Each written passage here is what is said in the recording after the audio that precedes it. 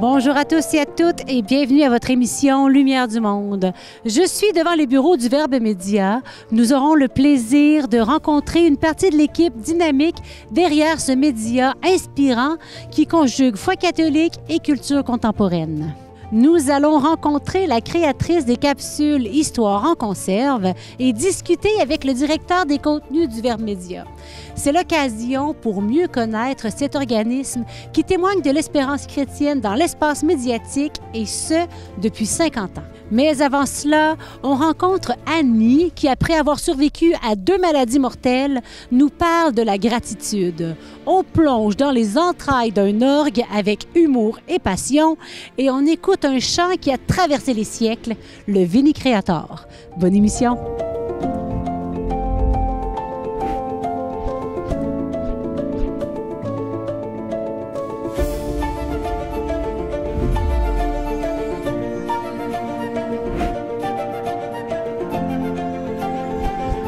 Annie Gilbert a survécu dès sa naissance à une méningite ainsi qu'à une hydrocéphalite nécessitant plusieurs interventions chirurgicales. Cette passionnée de musique a transformé ses épreuves en une philosophie de vie inspirante qu'elle partage dans son livre « Gratitude ». Au lieu de s'apitoyer sur son sort, Annie nous dévoile comment cultiver l'émerveillement quotidien et reconnaître les clins d'yeux qui jalonnent nos vies. Restez à l'écoute pour découvrir les conseils pratiques et les anecdotes touchantes d'une femme qui a fait de la gratitude sa plus belle médecine.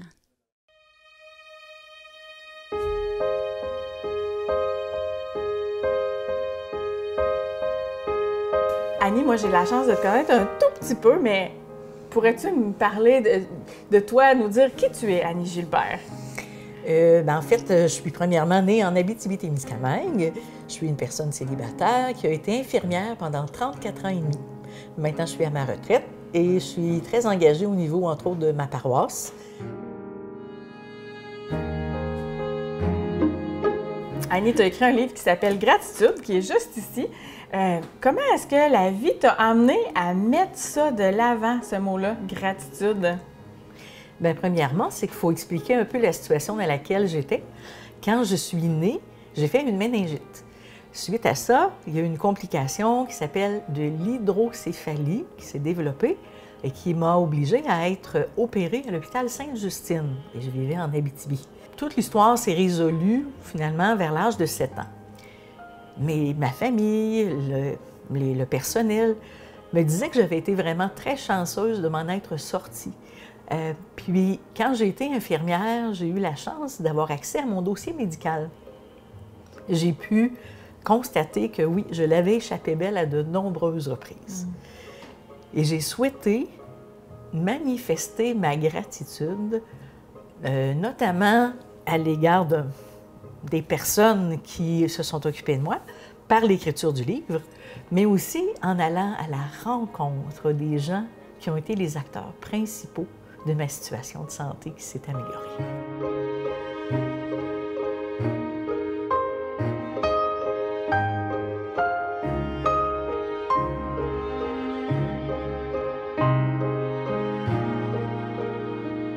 On entend le mot gratitude parfois et puis je me dis, c'est quoi toi la définition que tu donnes au mot gratitude?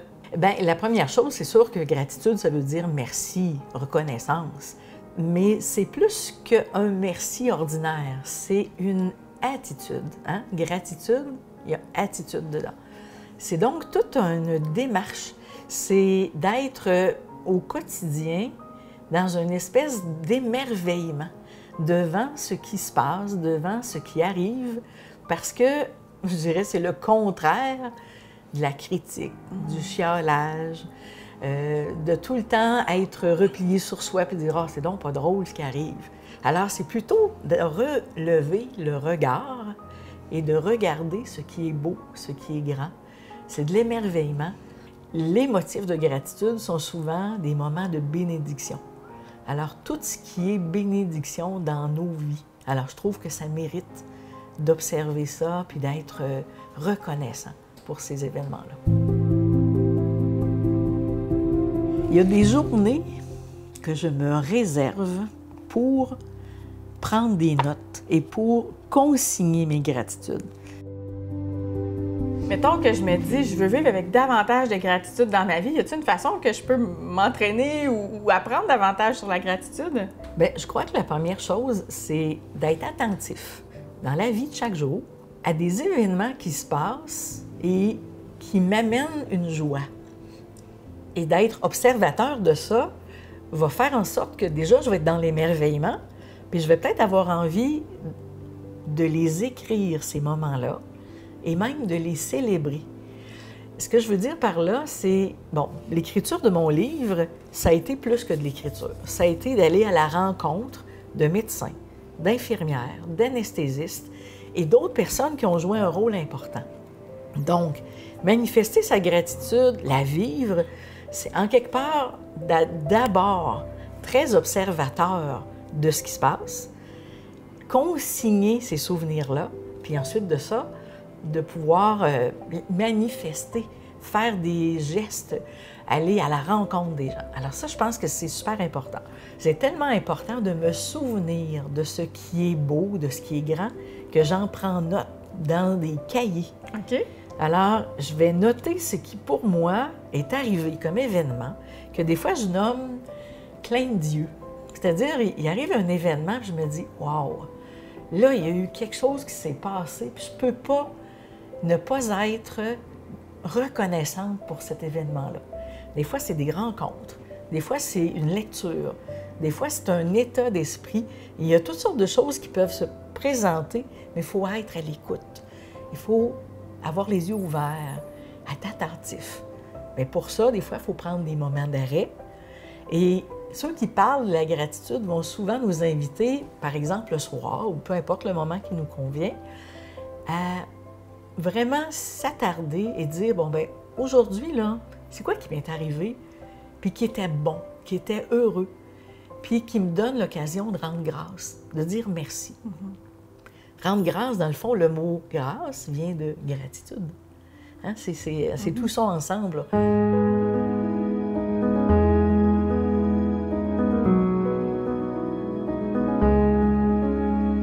Il arrive des événements, des fois, dans la vie que, bon, les personnes vont dire « Ah, c'est un beau hasard » ou « C'est une belle coïncidence ».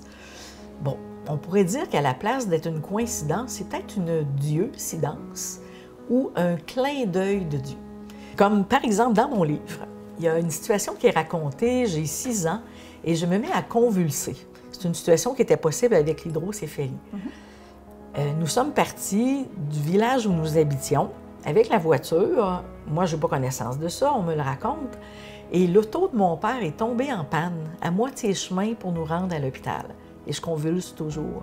Mais elle est tombée en panne exactement devant une maison, dans un village, on pourrait dire un micro-village, où est-ce qu'une dame, en 1972, savait conduire la voiture, avait un permis et avait une voiture à côté d'elle, chez elle. Et cette dame-là est venue nous reconduire à l'hôpital. Le médecin qui me soignait, on l'a croisé dans les escaliers. Il a appelé mon médecin à Montréal, qui a dit qu'il faut absolument se rendre au plus vite à l'hôpital. Mais là, dans le temps, il n'y a pas les avions ambulances comme aujourd'hui. Alors, il a appelé à l'aéroport, et à l'aéroport, il y avait un avion qui partait pour Montréal à l'instant même. Les portes étaient fermées, les moteurs étaient en marche. Il a demandé à ce que l'avion ne décolle pas, et j'ai pu m'envoler pour m'en aller à l'hôpital Sainte-Justine. Bien, l'ensemble de ces événements-là, back-à-back, me dit c'est plus que du hasard, c'est plus que des coïncidences. Pour moi, il y a quelqu'un qui veille sur nous, il y a quelqu'un qui danse avec nous.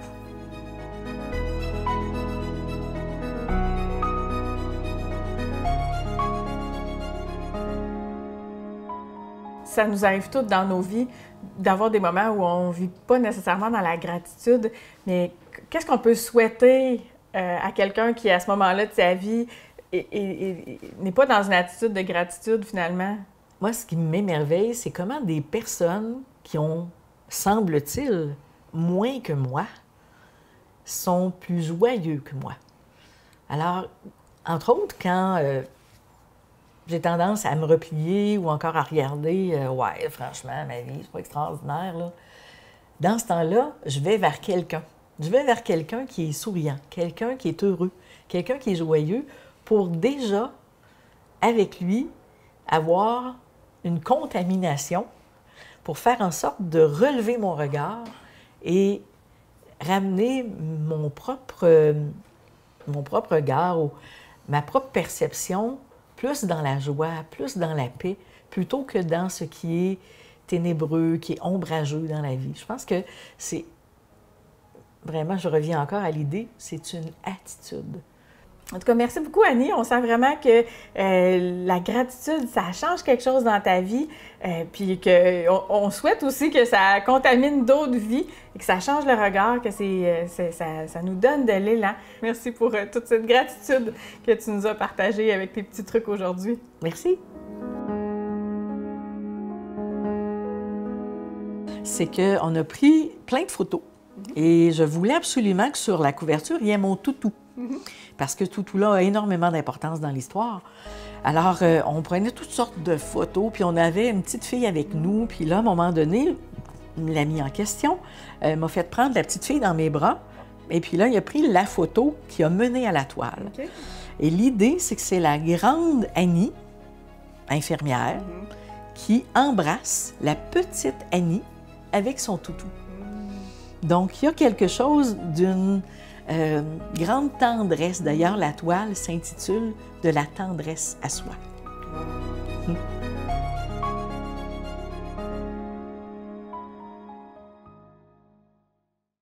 Aujourd'hui, nous avons le plaisir de rencontrer Marie Laliberté, la talentueuse conceptrice des capsules Histoire en conserve que nous diffusons depuis un certain temps.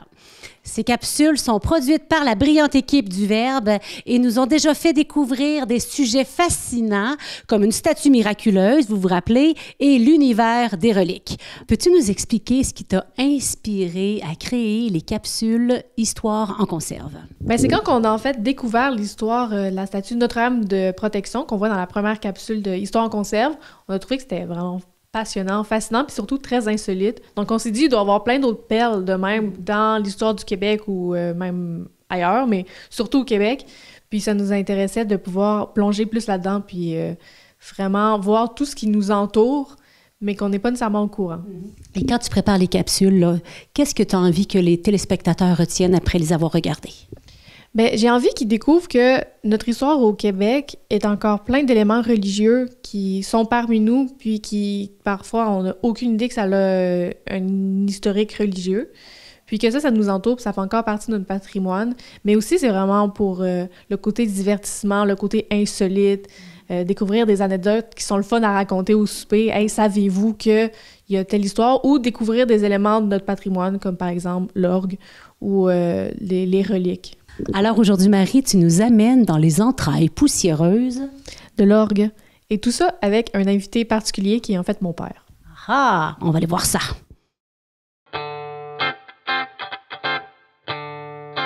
Je me suis rendue dans des raccoins poussiéreux pleins d'araignées pour vous montrer quelque chose que vous avez sûrement jamais vu. Du moins, jamais sous cet angle. Bienvenue dans l'univers de l'orgue. Pour pas trop dire de niaiserie, on a contacté un grand spécialiste de l'orgue. Tâche compliquée, vous vous dites? Pff, même pas. J'ai juste téléphoné à mon père. Il est facteur d'orgue. Pour mettre ça au clair tout de suite, il n'est pas facteur d'orgue, mais bien facteur d'orgue. Parce que si vous ne le savez pas, un facteur d'orgue, ça entretient et ça répare les orgues. Un orgue, c'est assez rare qu'on croit ça dans son quotidien. Et c'est peut-être ça qui le rend un peu mystérieux. Vu la grosseur de l'instrument, c'est assez normal de ne pas en avoir dans son salon. Il y avait juste chez nous que des morceaux d'orgue traînaient partout et ça énervait ma mère. Une frustration assez légitime. L'ancêtre de l'orgue, c'est l'hydrôle, un instrument de l'Antiquité qu'on retrouvait dans les cirques. On utilisait les poings pour en jouer, ce qui en faisait un excellent instrument pour boxeurs.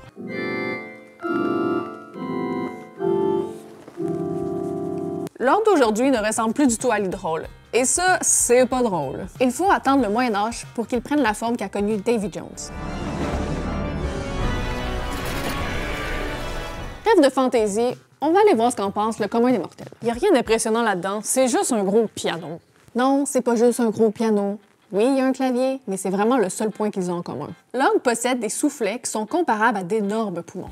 Ces poumons poussent l'air dans les centaines de tuyaux pour les faire chanter. Il y a des jeux en bois comme le bourdon de 8 pieds. Et on voit ici, plus loin, en haut, des jeux qui font jusqu'à 16 pieds de haut, qui sont les jeux de pédales.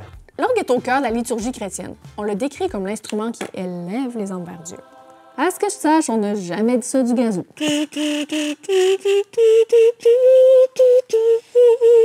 Par ses harmoniques, l'orgue possède ce pouvoir de recréer la complexité et la beauté de l'âme humaine. Avouez que c'est quand même pas mal. Imaginez, des longs poumons qui donnent souffle à cette immense machine qui tourne l'homme vers quelque chose de plus grand que lui.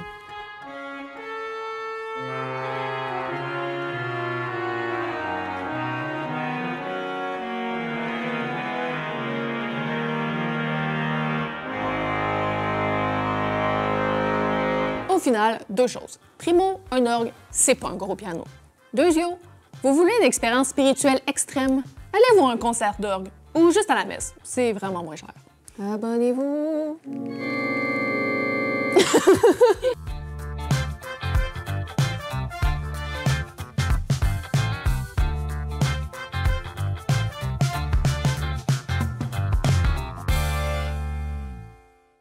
Le 21 février dernier avait lieu l'ordination épiscopale de Monseigneur Jean Tailleur. Durant cette célébration, un chant sacré a particulièrement marqué les cœurs. Il s'agit du Veni Creator, un hymne millénaire invoquant l'Esprit Saint. Bonne découverte!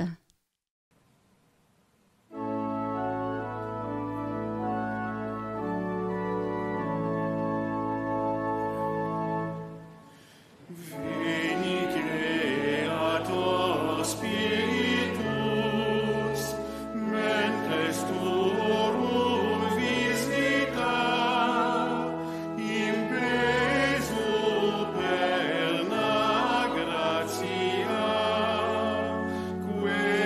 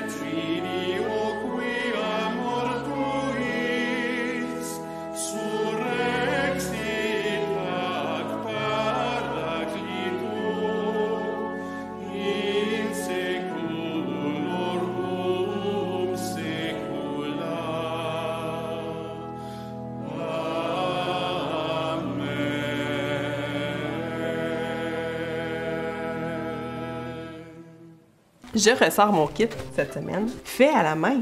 Je l'ai reçu dans une rencontre de ressourcement pour les responsables de communication des diocèses, mais aussi responsables de pastoral social et de conditions féminines.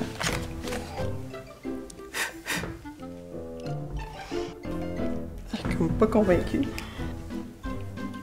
OK.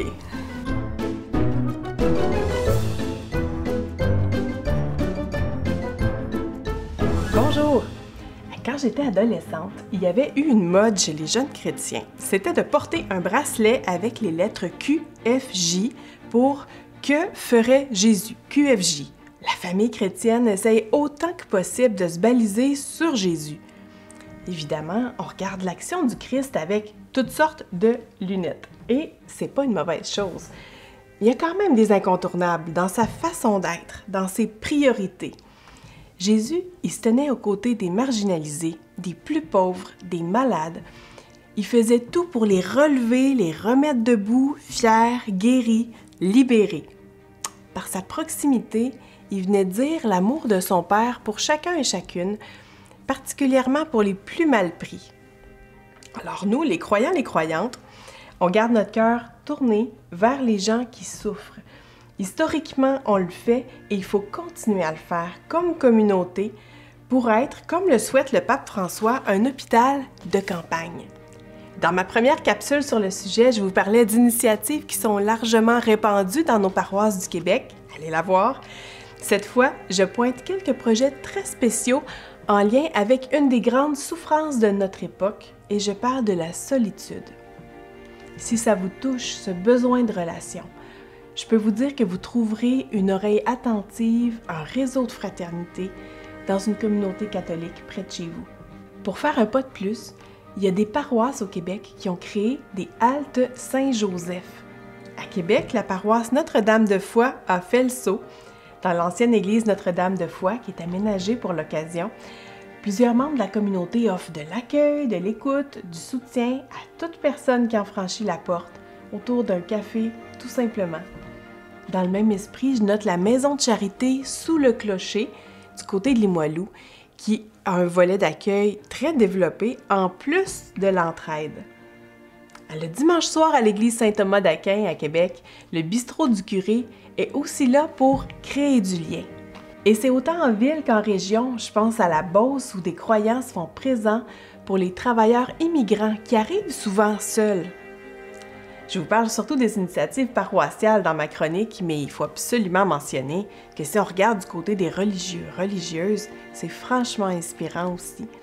Si vous allez au monastère des Petits Frères de la Croix, dans Charlevoix, vous aurez un accueil incroyable. Notre équipe de CDQ TV vient de faire un reportage sur les religieuses de Jésus-Marie qui sont actives dans Saint-Roch. Elles sont tellement accueillantes.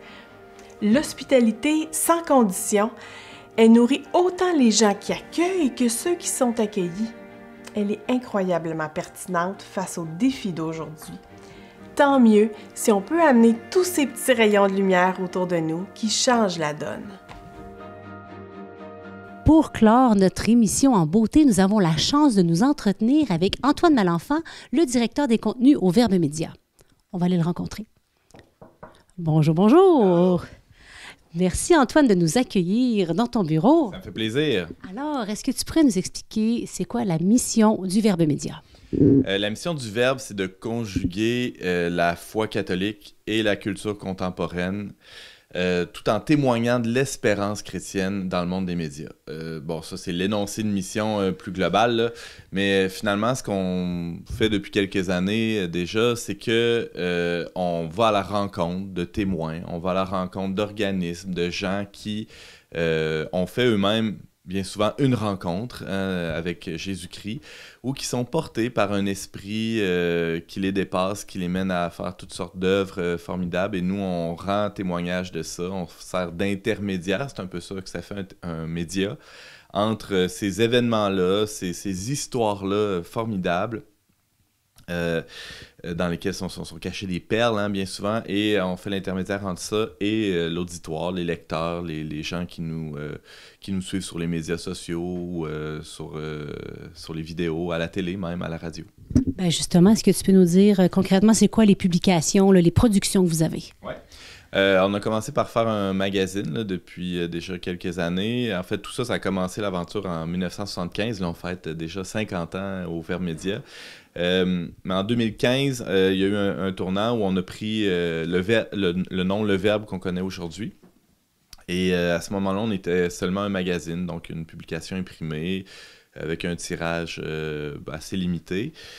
Et à partir de 2016, on est devenu gratuit. Ça nous a permis d'augmenter notre tirage, rejoindre plus de gens, avoir plus d'abonnés aussi. Et un modèle d'affaires complètement original qui nous a permis aussi de nous déployer dans d'autres plateformes médiatiques. D'abord la radio. On avait un site web déjà qui fonctionnait très bien, mais qui a pu encore mieux se déployer. Et on a finalement ce qui était une émission de radio, On n'est pas du monde, est devenu une espèce de balado qu'on s'est mis à filmer, à diffuser sur nos plateformes de réseaux sociaux, chez des partenaires diffuseurs aussi, dans les télévisions communautaires, chez Celle et Lumière Média, chez KTO en France. Bref, on a continué cette expansion-là dans la diffusion. Et aujourd'hui, on rejoint presque 2 millions de personnes chaque année, même un peu plus là, que 2 millions de personnes chaque année. Un défi et une joie que tu vis à travers cette belle mission qui est la tienne. Le défi, c'est sûr qu'en étant à cheval là, entre la foi catholique et la culture contemporaine, on se trouve à marcher sur une ligne de crête, où il faut vraiment garder une espèce d'équilibre, tout en restant fidèle à notre mission, mais en restant ouvert aussi au monde dans lequel on vit. Alors ça, c'est un défi qui est quotidien, c'est un discernement aussi qui se fait en équipe, dans la prière. Donc ça, c'est quelque chose, on doit rester attentif à ça tous les jours. Une joie, c'est celle justement de travailler, la joie de travailler avec une équipe formidable. Ici, on a le bonheur, le plaisir de travailler dans un climat vraiment exceptionnel avec une équipe dévouée, des collègues là, qui mettent vraiment tout leur cœur dans ce qu'ils font, des journalistes, des techniciens audiovisuels, des gens à l'administration. Bref, tout le monde met son cœur à l'ouvrage, les graphistes et j'en passe. Là. C'est très beau à voir. Moi, je suis émerveillé de ça chaque jour. Merci Antoine. On continue à vous suivre. Nous vous invitons à visiter le site internet leverbe.com pour découvrir une panoplie de médias, articles, vidéos, balados et j'en passe. Un véritable voyage dans le monde du sens, de la culture et de la foi. Bonne semaine et portez-vous bien.